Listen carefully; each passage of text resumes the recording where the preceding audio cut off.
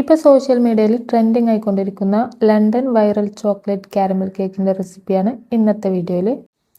ഇതിനായിട്ട് 1 കപ്പ് മൈദ, 3/4 cup powder sugar, 1/2 cup പാല്, 1/2 കപ്പ് പുളിയില്ലാത്ത തൈര്, 1/4 cup cocoa powder, 1/4 cup oil, 1 teaspoon baking powder, 1/4 teaspoon baking soda, 1 teaspoon vanilla essence. ഇനി ഒരു ബൗളിലേക്ക് മൈദ, കൊക്കോ പൗഡർ, ബേക്കിംഗ് സോഡ എല്ലാം കൂടെ നന്നായിട്ട് അരിച്ചൊന്ന് മാറ്റി വെക്കുക. ഇനി വേറൊരു ബൗളിലേക്ക് തൈരും ഷുഗറും കൂടെ ചേർത്ത് നന്നായിട്ടൊന്ന് മിക്സ് ചെയ്തെടുക്കുക.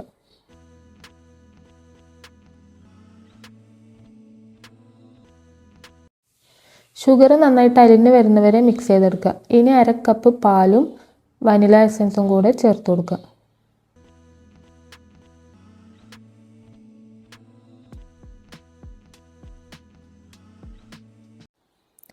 ഇനി നമ്മൾ നേരത്തെ അരിച്ച് മാറ്റി വെച്ച ഡ്രൈ ഇൻഗ്രീഡിയൻസ് കൂടെ ചേർത്ത് കൊടുക്കുക. കട്ടകളൊന്നും ഇല്ലാതെ നന്നായി മിക്സ് ചെയ്തെടുത്തതിന് ശേഷം ഇതിലേക്ക് 1/4 കപ്പ് ഓയിൽ കൂടെ ചേർക്കുക. അപ്പോൾ ഇതാ കേക്ക് ബാറ്റർ ഇവിടെ റെഡിയായി വന്നിട്ടുണ്ട്. ഇനി ഇതൊരു പാനിലേക്ക് ഒഴിച്ചിട്ട് 180 ഡിഗ്രി സെൽഷ്യസിൽ ഒരു 25 മിനിറ്റ് ബേക്ക് ചെയ്തെടുക്കുക.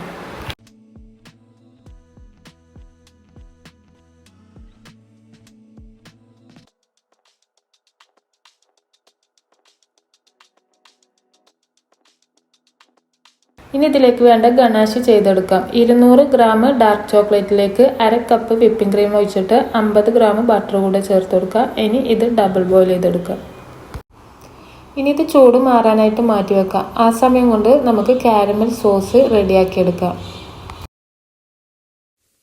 ഒരു പാനിൽ 1/2 കപ്പ് പഞ്ചസാര ഇട്ട് കൊടുക്കുക. ഇതിലേക്ക് ഒട്ടും വെള്ളം ഒഴിക്കേണ്ട ആവശ്യമില്ല. ലോ ഫ്ലെയിമിൽ വെക്കുമ്പോൾ തന്നെ പഞ്ചസാര നന്നായിട്ട് ഉരുകി വരും.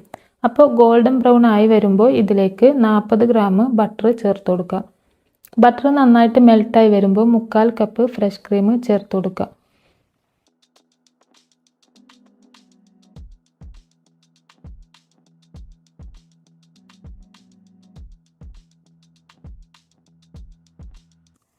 നല്ല പെർഫെക്റ്റ് ആയിട്ടുള്ള കാരമൽ സോസ് ഇവിടെ റെഡി ആയിട്ടുണ്ട്.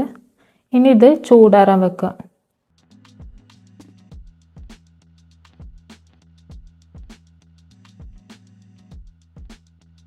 ഇനി കേക്ക് വെറ്റാൻ ആവശ്യമുള്ള സിറപ്പ് റെഡിയാക്കി എടുക്കുക.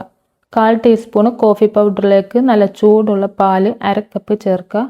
മധുരത്തിന് ആവശ്യമുള്ള കണ്ടൻസ്ഡ് മിൽക്ക് കൂടെ ചേർത്ത് കൊടുക്കുക. നേരത്തെ റെഡിയാക്കി വെച്ച ചോക്ലേറ്റ് ഗണാഷും കാരമൽ സോസും ചൂടാറിയതിന് ശേഷം ഫ്രിഡ്ജിലേക്ക് സെറ്റ് ചെയ്യാൻ വെക്കുക. ഇനി ചോക്ലേറ്റ് ഗണാഷും കാരമൽ സോസും നന്നായിട്ടൊന്ന് ബീറ്റ് ചെയ്ത് നല്ല ക്രീമി പരുവത്തിൽ ആക്കിയെടുക്കുക. കാരമൽ സോസ് ബീറ്റ് ചെയ്ത് കഴിഞ്ഞാൽ 1 മണിക്കൂറെങ്കിലും ഫ്രിഡ്ജിൽ സെറ്റ് ചെയ്യാൻ വെക്കുക. അല്ലെങ്കിൽ അത് നമ്മൾ കേക്കിൻ്റെ മുകളിൽ ലെയർ ചെയ്ത് കൊടുക്കുമ്പോൾ തന്നെ അത് അങ്ങനെ ഒലിച്ച് പോവും. ഇങ്ങനെ ബീറ്റ് ചെയ്തതിന് ശേഷം തന്നെ ഒരു പൈപ്പിംഗ് ബാഗിലാക്കിയിട്ട് ഫ്രിഡ്ജിൽ സെറ്റ് ചെയ്യാൻ വെക്കുക.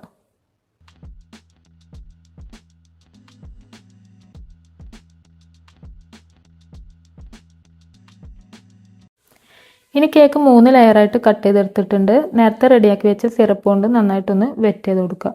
എന്നിട്ട് അതിൻ്റെ മുകളിൽ നേരത്തെ റെഡിയാക്കിയ ചോക്ലേറ്റ് ഗണാഷ് ഫില്ല് ചെയ്ത് കൊടുക്കുക.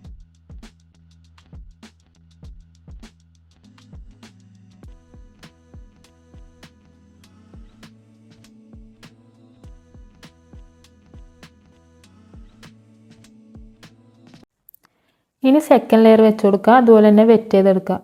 ഞാൻ ആ ഒരു ഷേപ്പ് കിട്ടാൻ വേണ്ടി ഒരു ഭാഗം കട്ട് ചെയ്തിട്ട് കുറച്ച് നീളത്തിലാക്കി എടുത്തിട്ടുണ്ട് കേക്ക്.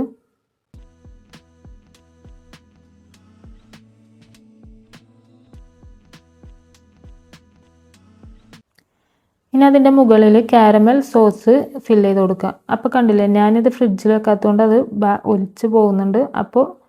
അപ്പം തന്നെ എടുത്ത് ഫ്രിഡ്ജിൽ വെച്ച് പിന്നെ സെറ്റ് ആക്കിയതിന് ശേഷമാണ് 3ാമത്തെ ലെയർ വെച്ച് കൊടുത്തിട്ട് പിന്നെ അതിൻ്റെ മുകളിൽ ചോക്ലേറ്റ് ഗണാഷ് കൊണ്ട് കവർ ചെയ്തെടുത്തു. അപ്പോൾ നമ്മൾ ഈ കേക്ക് ബേക്ക് ചെയ്യുന്ന തന്നെ ഒരു നീളത്തിലുള്ളൊരു ടിന്നുണ്ട്. ആ ടിന്നുണ്ടെങ്കിൽ നമുക്ക് കേക്ക് കുറച്ചുകൂടെ ഹൈറ്റ് കിട്ടും, കാണാനൊരു കുറച്ചുകൂടെ ഒരു ലുക്കും കിട്ടും. അപ്പം ഞാനിത് സാധാ ഒരു ടിന്നിലാക്കിയതുകൊണ്ട് തന്നെ കുറച്ചൊരു പരന്ന പോലെയാണ് കിട്ടിയത്. എന്നാലും കുഴപ്പമില്ല, നല്ല ടേസ്റ്റ് ഉണ്ടായിരുന്നു. അപ്പോൾ എല്ലാവരും ഇതൊന്ന് ട്രൈ ചെയ്ത് നോക്കാം.